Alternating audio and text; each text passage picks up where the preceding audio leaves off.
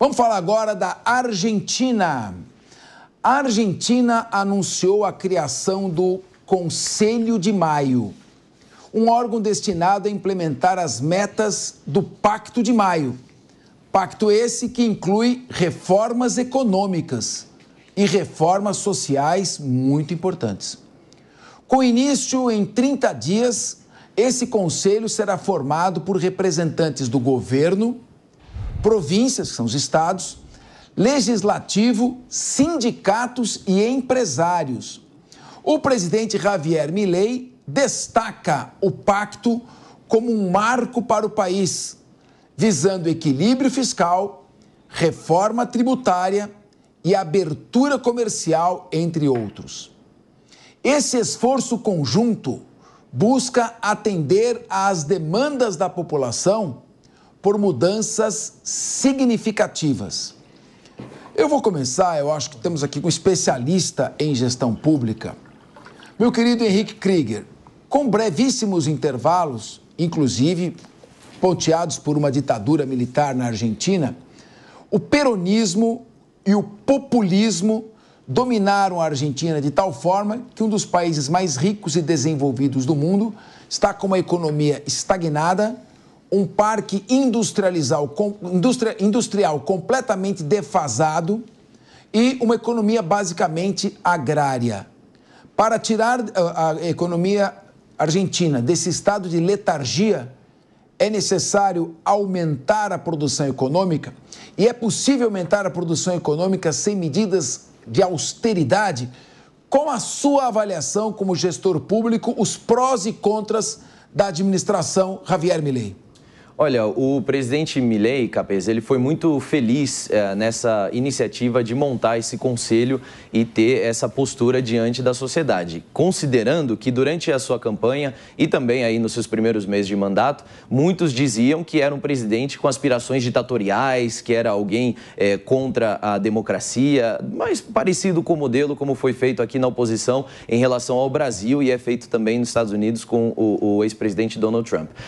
E, na verdade, o Javier Milei, ao convocar esse conselho e propor essas 10 metas do pacto, realmente ele traz ali uma abertura para o diálogo e para estabelecimento de metas muito positivo. As políticas públicas que vão sair a partir desse pacote, elas visam esses 10 principais objetivos, né? Um deles, você bem mencionou, que é a retomada econômica da Argentina, mas trata de questões sociais que também são importantes, até para essa própria retomada econômica, que é a alfabetização de toda a população argentina e de outros também indicadores sociais aí que são necessários para o desenvolvimento da economia argentina. Eu diria que o presidente Milei, ele acerta ao montar esse conselho e acerta ainda mais em promover junto a esse conselho e junto a essas iniciativas sociais medidas de austeridade econômica, como você bem citou, Capês, porque precisam andar lado a lado. A Argentina veio de uma tradição em que, por exemplo, no governo do presidente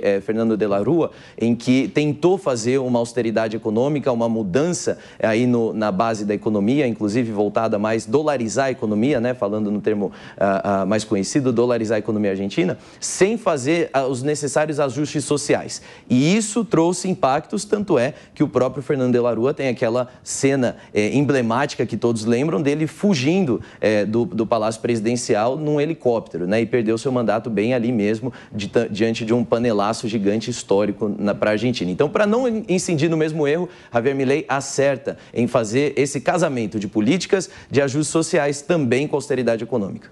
Meu querido Guilherme Mendes, o governo Margaret Thatcher, de direita, no início dos anos 80, final da década de 70, agora Javier Milei tem como pauta um rígido controle fiscal, uma contenção de gastos de dinheiro público, porque o remédio para funcionar e curar o doente, ele muitas vezes tem que ser amargo. Podemos dizer que a direita aplica medidas importantes para levantar a economia, enquanto a esquerda dá açúcar gostoso para diabético? Capês, eu não vou entrar nessas questões clínicas, médicas, porque de fato não é a minha área, eu entendo o seu paralelo. Acho tão somente que o presidente Milei acerta ao chamar ao diálogo os governadores, né? Os presidentes das províncias. Lá na Argentina se fala províncias, o que seria o paralelo aos estados aqui no Brasil. De fato, não há como o plano econômico que ele propôs, que basicamente é o quê? Diminuir o investimento público, com isso tentar refrear a inflação e, num primeiro momento, isso vai causar uma recessão, que foi o que já aconteceu. A recessão, prioritariamente, atinge os mais pobres e grande parte da população argentina passou da linha da pobreza para a extrema pobreza em um curto período de tempo. Por quê? Sobretudo, você tira dinheiro dos programas sociais. Programas sociais que alguns vão dizer são usados com finalidades políticas, ideológicas, mas que na prática, para aquele que recebe o bolso alguma coisa, ou recebe a marmita, ou recebe o medicamento, ele não quer saber qual é a classificação, a rotulação, ele quer saber que ele precisa daquilo para sobreviver. Na medida em que você retira, muitas dessas pessoas vão ser, de fato, vão ter a sua subsistência precarizadas. Essa é a realidade econômica factual. O presidente percebeu que isso, de fato, estava tendo um clamor e uma movimentação. Como foi bem colocado, não dá para sangrar tanto a população a ponto de você chegar a ultrapassar a linha da fome. E então o presidente sabiamente chama os governadores, né, os presidentes das províncias, para que eles criem junto com ele mecanismos de, primeiro, melhorar a questão tributária, porque também lá grande parte da questão tributária é regionalizada, como aqui no Brasil a gente tem no ICMS alguns tributos de ordem estadual. Lá também esse ajuste vai precisar ser feito dentro das províncias. E, sobretudo, criem programas para poder chegar nas pessoas que estão muito mais próximas dos governos regionais do que do governo central, do governo federal. Me parece que esse é o movimento do presidente Milei. Se ele, de fato, conseguir trazer os presidentes das províncias para o seu lado e os programas sociais de uma forma muito rápida entrar em ação para tirar um pouco do desespero da população, acho sim que ele ganha fôlego para dar tempo para suas medidas econômicas começarem a dar um bom resultado. É tudo muito rápido, é tudo muito recente. No entanto, a situação de fome, a situação de miséria que a população vem experimentando nos últimos meses se agravou muito. Isso não é discurso ideológico, isso é dado estatístico, não só do governo argentino, como também das entidades que observam de fora. De fato, o presidente tem que botar um pouco os olhos nessa população, sob pena do remédio ser tão amargo e matar o doente. Meu querido João Belucci, já tem uma frase dizendo que dinheiro não cai do céu. E dinheiro público não adianta em ser impresso com a maquininha do Banco Central. Ele é o reflexo da economia. O Guilherme Mendes coloca dos programas sociais, fala inclusive de marmita, de auxílios. O melhor programa social não é a saúde financeira das empresas para gerar emprego? O melhor programa social não é o emprego para o cidadão com dignidade para sustentar a sua família? E para isso, a lição de casa não é gastar menos do que arrecada? Não, perfeito. Quem gera emprego é a iniciativa privada. E o Milei chegou até a comentar, ele infelizmente não pôs em prática, que o governo emitir moeda deveria ser considerado um crime contra a humanidade, né? Essa expansão da base monetária, que é o que gera inflação, e a Argentina vinha experimentando terríveis números de inflação. Só que os governos peronistas, né, como o Kriegner colocou, o De La Rúa e depois o Macri, não tiveram sucesso nessa sua empreitada. E os governos peronistas incharam de tal modo a máquina, criaram tantos subsídios que qualquer governo que entrasse como o Milei ia ter que dar esse choque de gestão e iria gerar, num primeiro momento, pobreza, infelizmente. Só em Buenos Aires você tem milhões de pessoas com a conta de luz, por exemplo, subsidiada. Ou seja, o governo paga uma parte. Isso aí é uma bomba relógio, uma hora vai estourar, não tem jeito. Sim. Então, acerta o Milei. Agora, eu sempre tenho um pouco de receio com relação a esses conselhos, que normalmente cria-se esses conselhos e você acaba também retirando um pouco do poder de mando das instituições que já existem. Agora, vamos ver qual vai ser o resultado na prática. Desejamos boa sorte ao Milei, que não é de direita, né? Não é de extrema direita, ele se define como anarcocapitalista, que estaria até fora disso, por mais contraditório que seja, um anarcocapitalista anti-Estado sendo chefe de Estado. Agora, Capês, eu posso só complementar uma coisa que o João falou? Deve. E eu acho que o desafio do presidente justamente é esse. Quando você fala, vou ajudar o setor produtivo a crescer e gerar empregos, isso tem um certo tempo, não é? Demanda um tempo, sim. Demanda muito tempo para você reorganizar o setor econômico, dar fomento para as indústrias crescerem e voltarem a competir. Isso demanda tempo. No outro lado, aquele que precisa da ajuda, precisa do auxílio, não tem tempo. Precisa no dia. Porque a pessoa precisa do dia para comer, para tomar o seu remédio. privilégio para ter um teto sobre a sua cabeça. De modo que é muito difícil, de fato, para o presidente achar o equilíbrio entre fomentar e fazer o setor econômico gerar empregos e produzir, como você bem falou, essa é a verdadeira emancipação, essa é a verdadeira revolução, e, por outro lado, também não abandonar as pessoas que têm carências que são imediatas. Imediatas, quando eu falo, é questão de horas. A pessoa precisa almoçar, ela precisa de um cobertor, o inverno passou agora e tem sido muito duro. Então, é difícil, de fato, quando você tem um estado de paralisia econômica, como o que atingiu a Argentina, conseguir girar os dois pratinhos ao mesmo tempo. Não deixar a população abandonada e, por outro lado, conseguir fazer com que o setor produtivo gere emprego e gere riqueza. Esse é o grande desafio. Ninguém conseguiu. Espero que, de fato, ele consiga, para bem da Argentina, da sua população e também do Brasil, porque a Argentina forte é excelente para o Brasil. Bom, como o seu aparte foi maior do que a fala do Bellucci, o Bellucci quer complementar. Não, está bem correta a colocação do Guilherme, mas é nesse sentido, demanda esse tempo. Agora, quem gerou esse caos foi a esquerda peronista, que fez um Estado monstruoso, políticas equivocadas, expansão da base monetária, que gerou essa inflação grotesca e gigantesca, tanto que o Alberto Fernandes sequer teve a coragem de concorrer à reeleição. Ele tinha essa possibilidade, mas não concorreu. E só para finalizar, que o Milei, o Bolsonaro, o Trump, enfim, esses são produtos das redes sociais, por isso que a esquerda quer tanto regulamentar as redes sociais. Meu querido Cristiano Vilela, uma hora precisa começar. Uma hora tem que parar o encaminhamento do carro em direção ao abismo. Então, uma hora tem que parar de gastar mais do que arrecada, e, é claro, esse será um momento doloroso, mas inevitável. Há um ditado americano que diz: "If you are in a hole, stop digging." Se você está no buraco, pare de cavar. Então eu pergunto a você, o Milei parou de cavar o buraco que o populismo argentino estava afundando a população e a economia? Exatamente. O Milei parou de cavar o buraco para que, a partir desse primeiro momento, estancando essa sangria, parando de aprofundar o buraco, a Argentina possa se reestruturar para se reerguer, para sair do buraco e depois começar a edificar uma nova realidade, retomar aquela Argentina pujante de anos atrás, do início do século passado, por exemplo. O fato, isso foi colocado por todos aqui na mesa, Capês, de uma forma muito racional. A Argentina, ela vinha por um caminho sem volta. E deve ser tratado com muito cuidado por nós aqui no Brasil, por outros países, especialmente países latino-americanos, que têm mais semelhanças do que diferenças no aspecto cultural.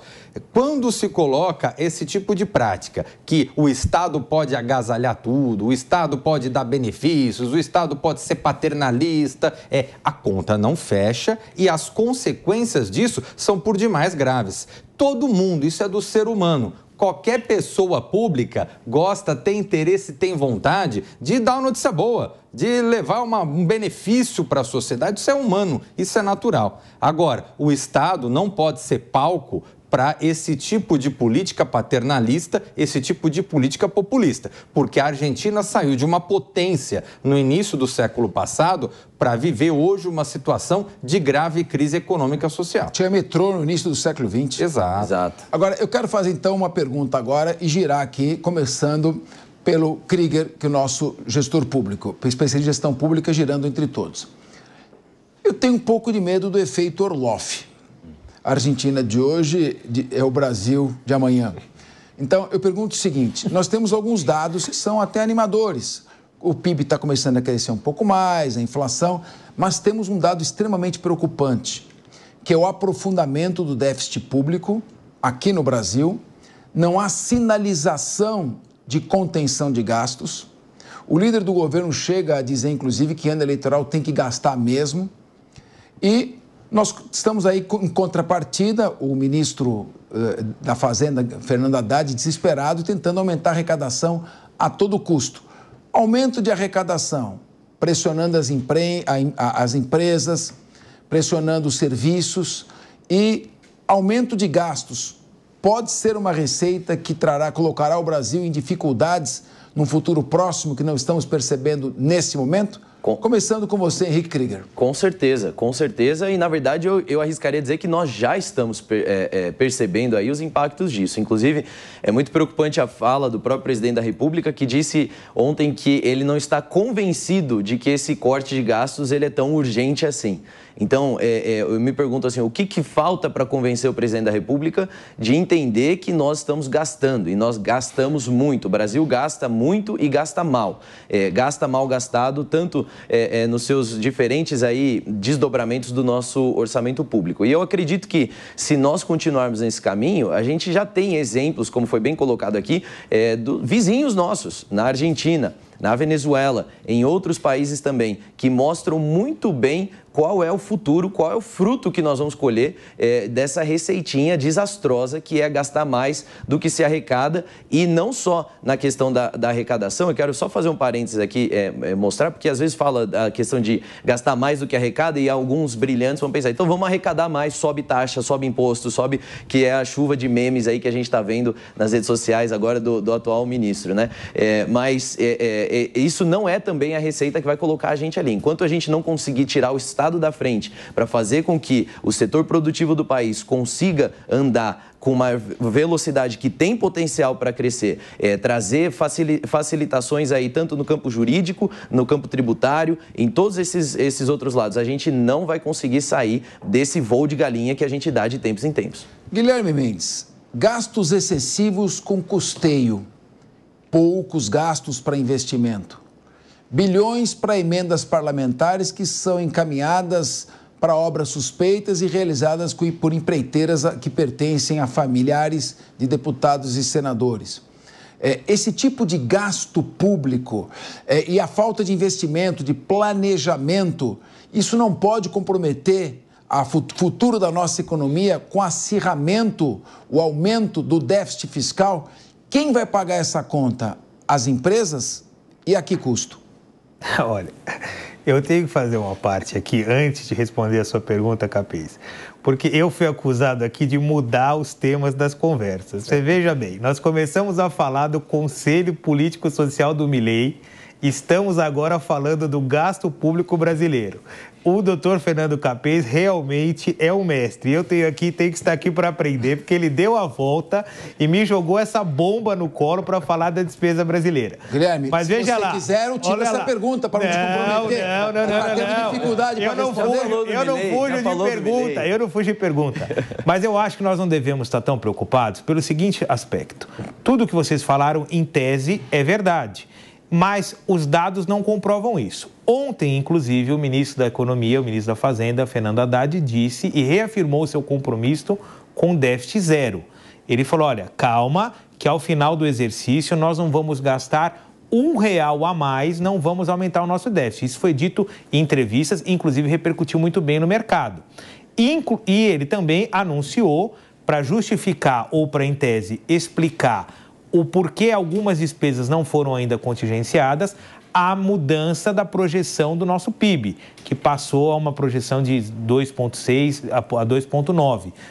Uma reorganização, não só pelo governo, mas pelas agências que avaliam as possibilidades do crescimento para o ano que vem.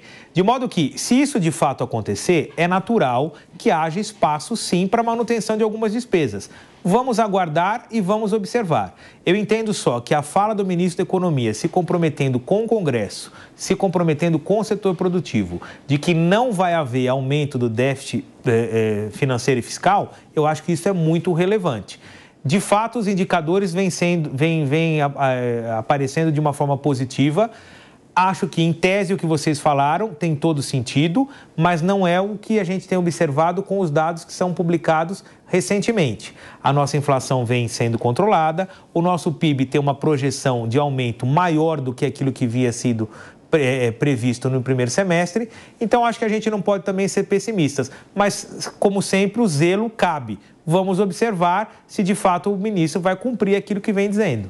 Meu querido João Belucci, quando ele fala da meta do déficit zero, eu não pude saudosamente me lembrar da música que minha saudosa mãe me cantava quando eu era criança, do compositores Délcio Carvalho e Ivone Lara da Costa. Sonho meu, sonho meu. Não, mas... Por favor, eu gostaria de ouvi-lo, João. Você viu que eles se impuseram, né, o Lula e o Haddad, essa questão do déficit zero, depois se divorciaram dela, agora voltaram com ela. Então, né, vai falando e vai ficando por isso mesmo. Agora, não é por falta de recursos, né, que o governo gasta mal, porque, por exemplo, tem recursos para saúde, segurança pública, educação carimbados, bilhões e bilhões. É que ele é mal gerido de fato. Não é por falta de recursos que o Estado brasileiro não atinge corretamente o SUS, né?